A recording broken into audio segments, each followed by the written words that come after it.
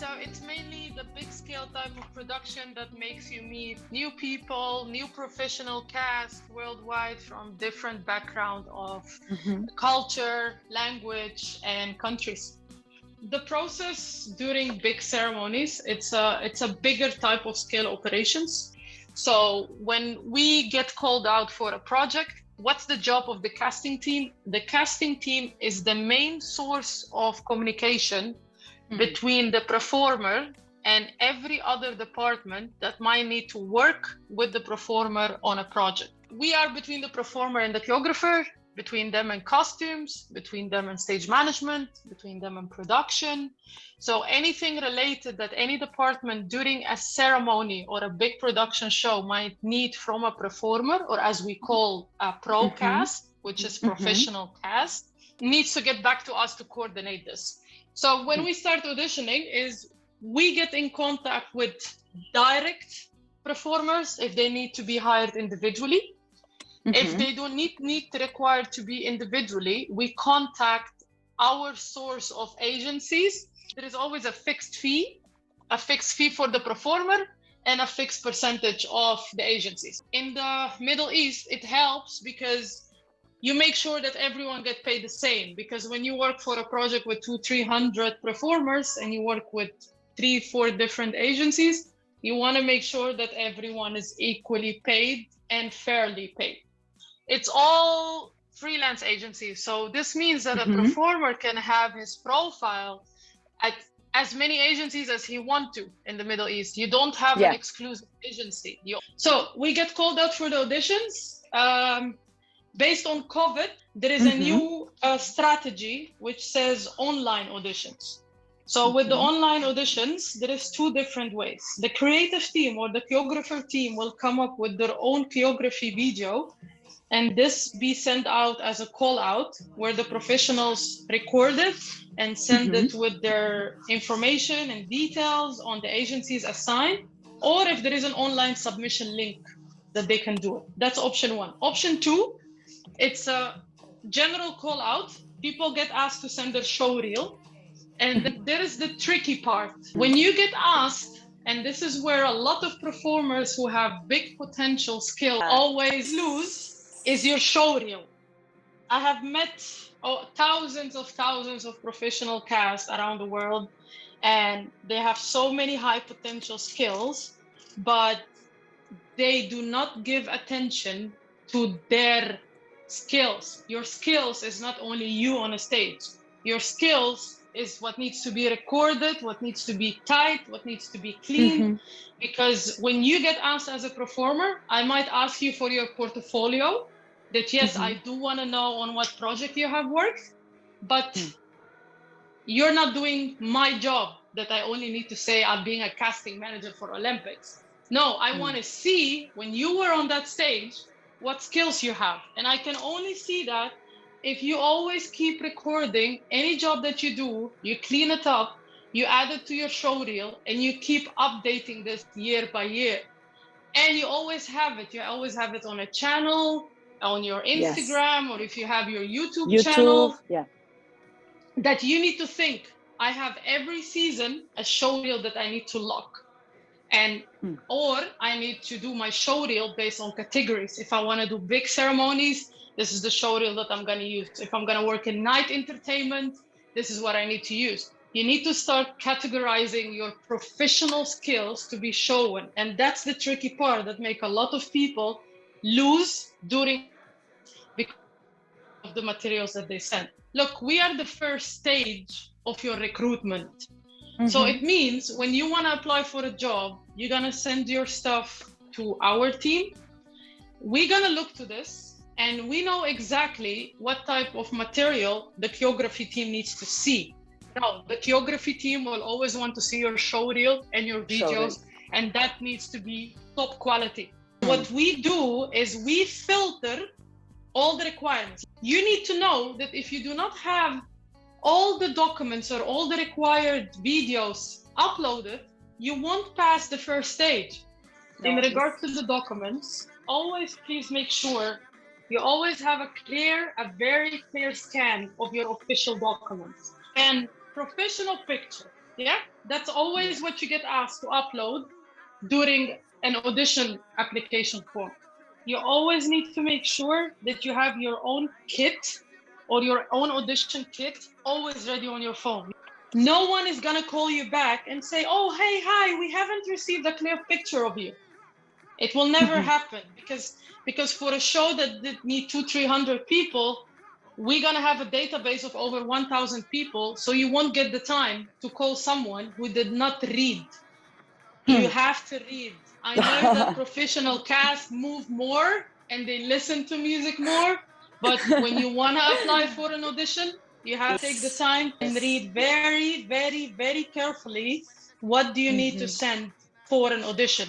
When you do auditions for big shows, like you want to do a project that you get highly paid, good paid, and you get a nice type of project on that portfolio of you, you only get that when you clearly give attention to it.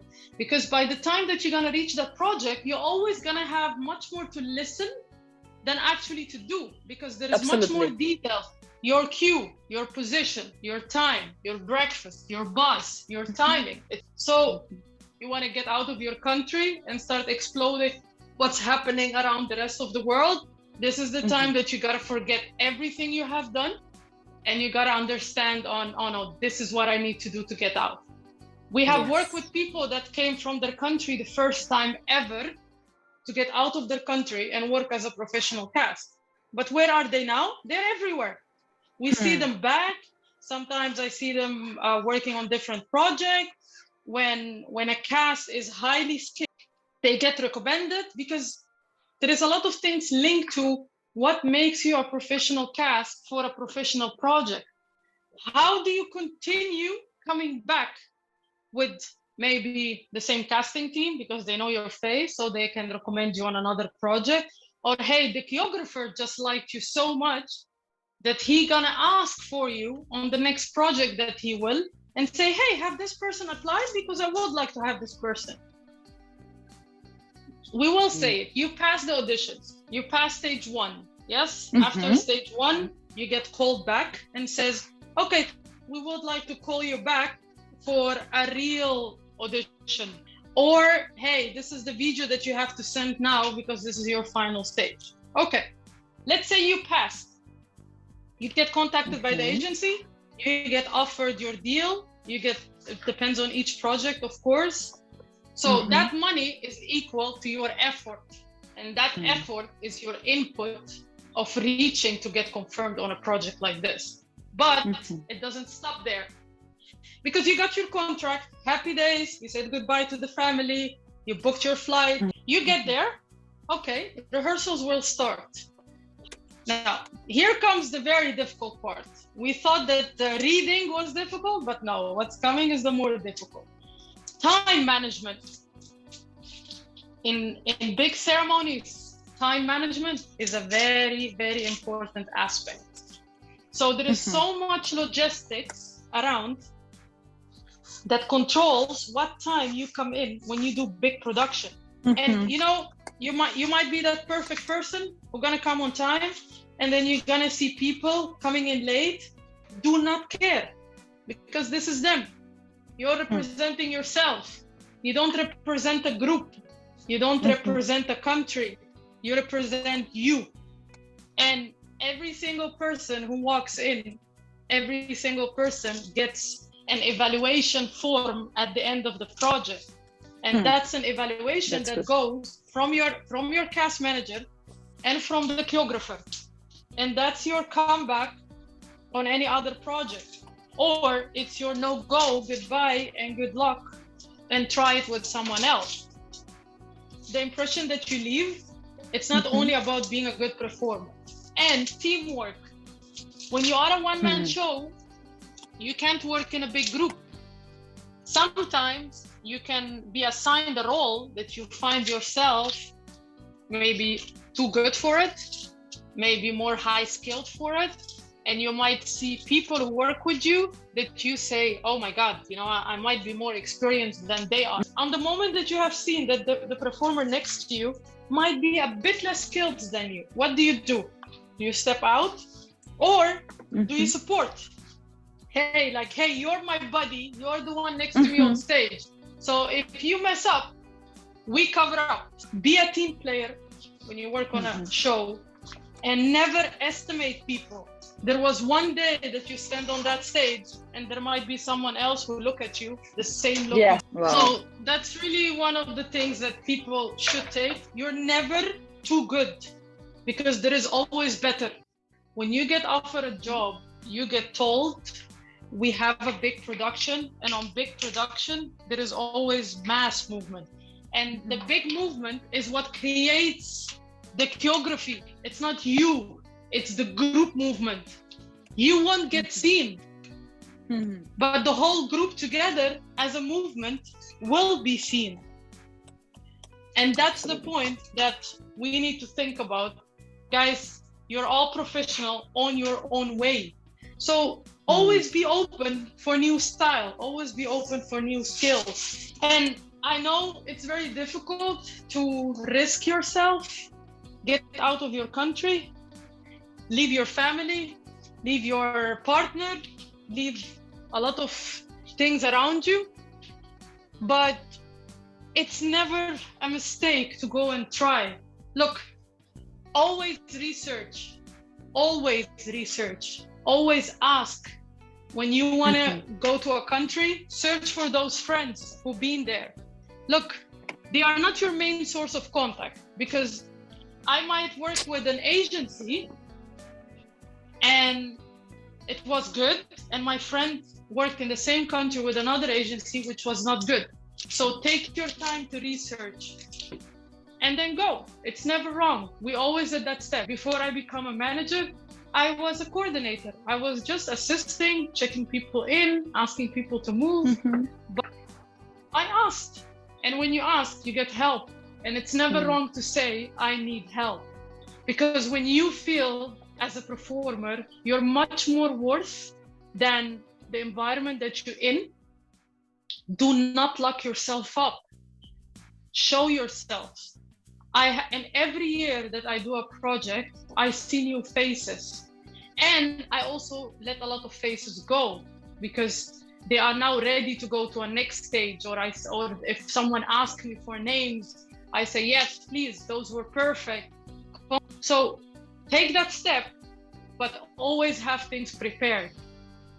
It's not always a fancy life for a performer, what people see on social media, but as casting, we care about what's behind that. We care about what's the well-being of a performer and a ceremony.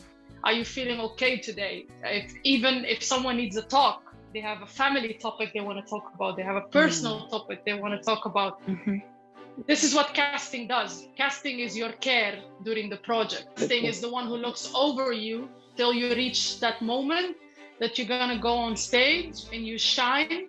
They deliver you to your fame, but no one sees them. No one knows that this department exists, because those are all the people behind the scene. But always remember, those are the people that guide you so you get seen. I wish everyone a big good luck. Keep going, don't give up, you know? Always apply, always send, never stop thinking. So whatever you see that button of an audition, you click and you show what you have.